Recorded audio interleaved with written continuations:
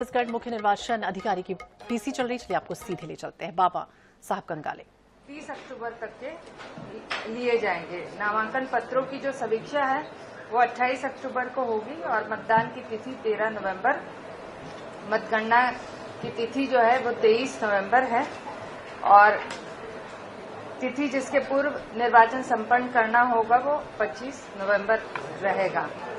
हमने रायपुर नगर दक्षिण विधानसभा क्षेत्र हेतु पुख्ता व्यवस्था, सुरक्षा और कानून की है। 5 कंपनियां वहां पर तैनात की जाएगी और स्ट्रांग रूम, काउंटिंग सेंटर, इसी तरह विभिन्न सेक्टर मजिस्ट्रेट के साथ ये वहां पर तैनात रहेंगे।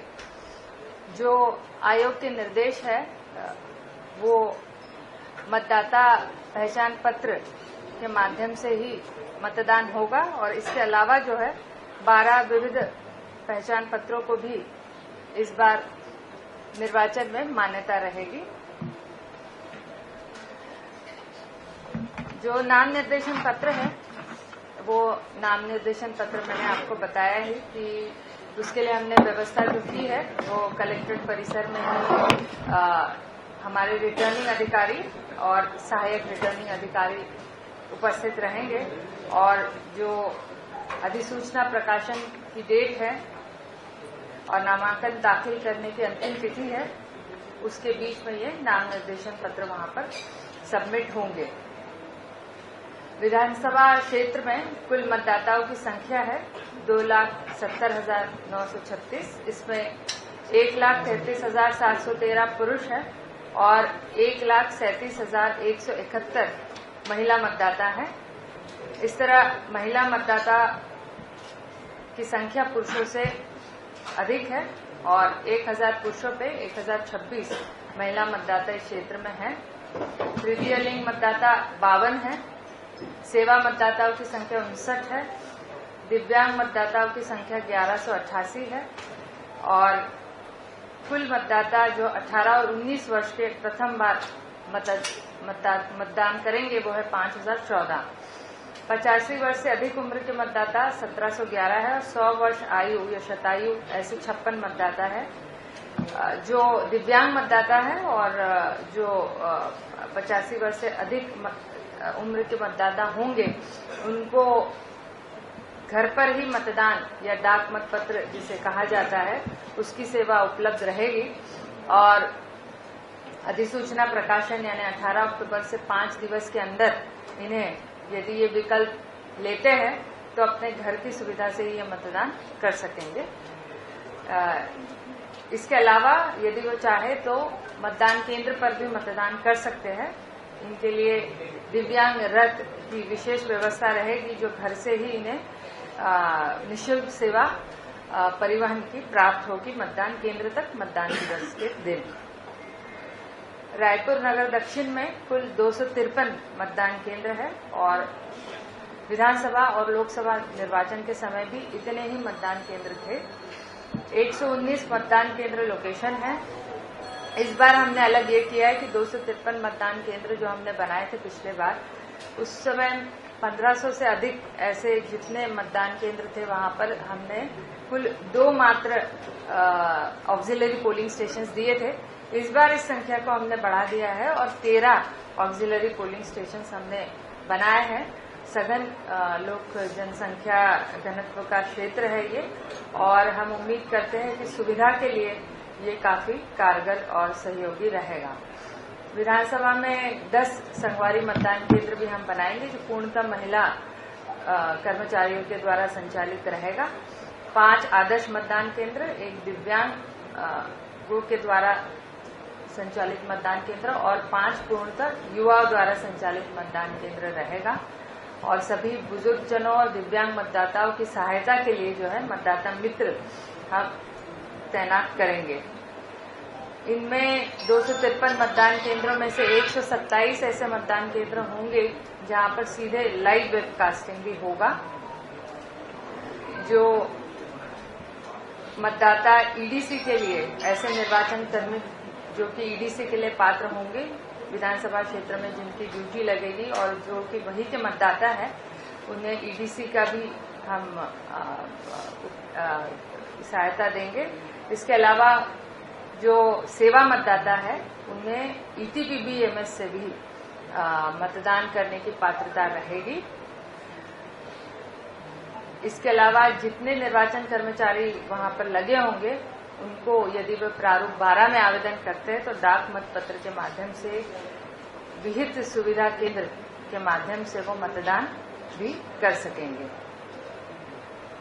नाम निर्देशन की व्यवस्था के लिए जिला मुख्यालय में हमने तैयारी की है और अभ्यर्थियों से ये आग्रह रहेगा कि जो आयोग के निर्देश है कि नामांकन कक्ष में कुल 5 व्यक्ति ही प्रवेश कर सकेंगे और जो रोड शो है उसमें भी मात्र 3 वाहनों की जो है पात्रता रहेगी। प्रचार प्रसार के लिए हमने स्वीप के माध्यम से कोशिश करेंगे कि अधिक से अधिक जो है मतदान का प्रतिशत रहे और 13 नवंबर को जो तय है मतदान दिवस उस दिन जो है इलेक्ट्रॉनिक और प्रिंट मीडिया के माध्यम से मैं अपील सभी रायपुर नगर दक्षिण के मतदाताओं से करूंगी कि वे अवश्य अपने मताधिकार का प्रयोग करें। जो लोकसभा चुनाव हुए थे उस समय और विधानसभा में इस विधानसभा क्षेत्र का मतदान प्रतिशत जो है जिले के एवरेज से काफी कम था, केवल 60% विधानसभा में और 61.4% जो है लोकसभा में यहाँ मतदान हुआ था। पूरे जिले का औसत जो है 66% रायपुर जिले का रहा है और राज्य 72% लोकसभा में यहाँ पर वोटिंग हुई थी। तो राज्य और जिले के औसत से भी इस विधानसभा क्षेत्र में काफी कम मतदान का प्रतिशत रहा है। तो इस बार कोशिश अवश्य ये रहेगी कि अधिक से अधिक मतदाता जुड़े।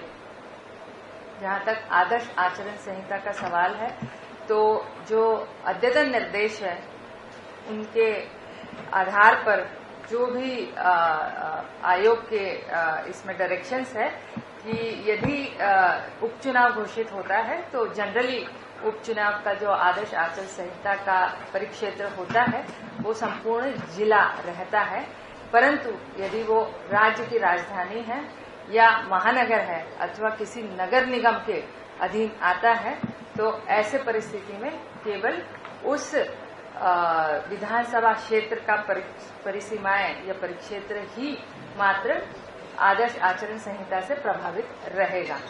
तो हमारी आदर्श आचरण संहिता से संबंधित जो ट्रेनिंग हमने कलेक्टर्स की ली है, जिला निर्वाचन अधिकारी, रिटर्निंग अधिकारी, सभी को हमने इसके संदर्भ में निर्देश दिए हैं। संपत्ति विरूपण के प्रभावी क्रियान्वयन के लिए कड़ाई से पालन किया जाएगा। इसमें जितने भी शासकीय संपत्तियां इस विधानसभा क्षेत्र में स्थापित है, जितने भी शासकीय कार्यालय हैं, वहां पर 24 घंटे के अंदर सभी प्रकार के दीवार लेखन, posters, stickers, cutout, hoardings, banners और झंडे उतरवा दिए जाएंगे। इसके अलावा सार्वजनिक संपत्ति पे जो भी विरूपण है वो सार्वजनिक संपत्ति पे 48 घंटे के अंदर और निजी संपत्ति पे 72 घंटे के अंदर जो है वो हटा दिया जाए। शासकीय वाहनों के उपयोग राजनीतिक प्रचार प्रसार के लिए पूर्णतः प्रतिबंधित रहेगा और सरकारी खर्च पर जो भी विज्ञापन होंगे उस पर भी पूर्ण प्रतिबंध रहेगा। इस क्षेत्र में चुनाव प्रचार के लिए जो वाहनों की अनुमति है वो आवश्यक और अनिवार्य रहेगी और जो वाहन बिना परमिट के पाए जाएंगे चुनाव प्रचार में संलिप्त, ऐसे सभी वाहनों को जब्त कर लिया जाएगा। मौन अवधि को छोड़कर अभ्यर्थियों के लिए वाहनों की संख्या की कोई सीमा नहीं रहेगी और प्रचार के लिए किसी भी सरकारी वाहन का उपयोग पर प्रतिबंध रहेगा। आम सभा के लिए सार्वजनिक स्थलों की पहचान हमने पूर्व से कर ली है। यदि सभा स्थल पे कोई शैक्षणिक संस्था है या सभा के पूर्व संस्था प्रबंधन से अनापत्ति नहीं लिया गया है तो ऐसे में ऐसे सभा स्थल पर किसी भी प्रकार की सभा पर प्रतिबंध रहेगा। सभा का आयोजन रात 10 बजे के पश्चात प्रतिबंधित होगा। आयोजन की जाने वाली प्रत्येक सभा की अनुमति आवश्यक होगी जिला निर्वाचन अधिकारी से। मतदान समाप्ति के निर्धारित समय के 48 घंटे पूर्व की अवधि के दौरान कोई भी सभा आयोजित नहीं की जा सकेगी। रैली का जो अनुमति है वो भी जिला निर्वाचन अधिकारी द्वारा तय मार्ग पर निश्चित समय पर दी जाएगी।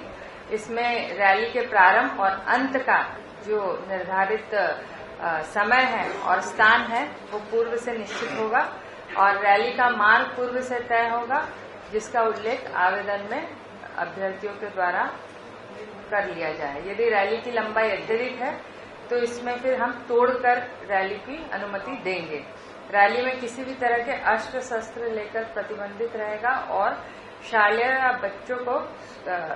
बच्चे या स्कूल यूनिफॉर्म में शालेय छात्र छात्राओं को रोड शो में जाना पूर्णतः प्रतिबंधित रहेगा।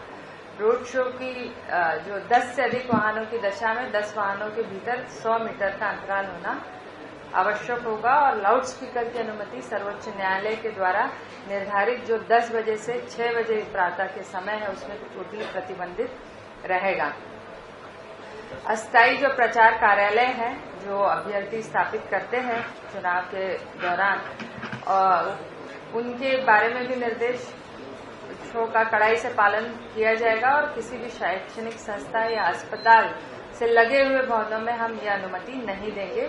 किसी भी मतदान केंद्र के 200 मीटर की परिधि के भीतर या धार्मिक भवनों के भीतर ये प्रचार कार्यालय न लगाए जाए और सभी प्रकार के एप्लीकेशन सुविधा ऐप के माध्यम से ऑनलाइन भी आप दे सकते हैं। इसमें पहले आओ पहले पाओ के सिद्धांत तो इलेक्शन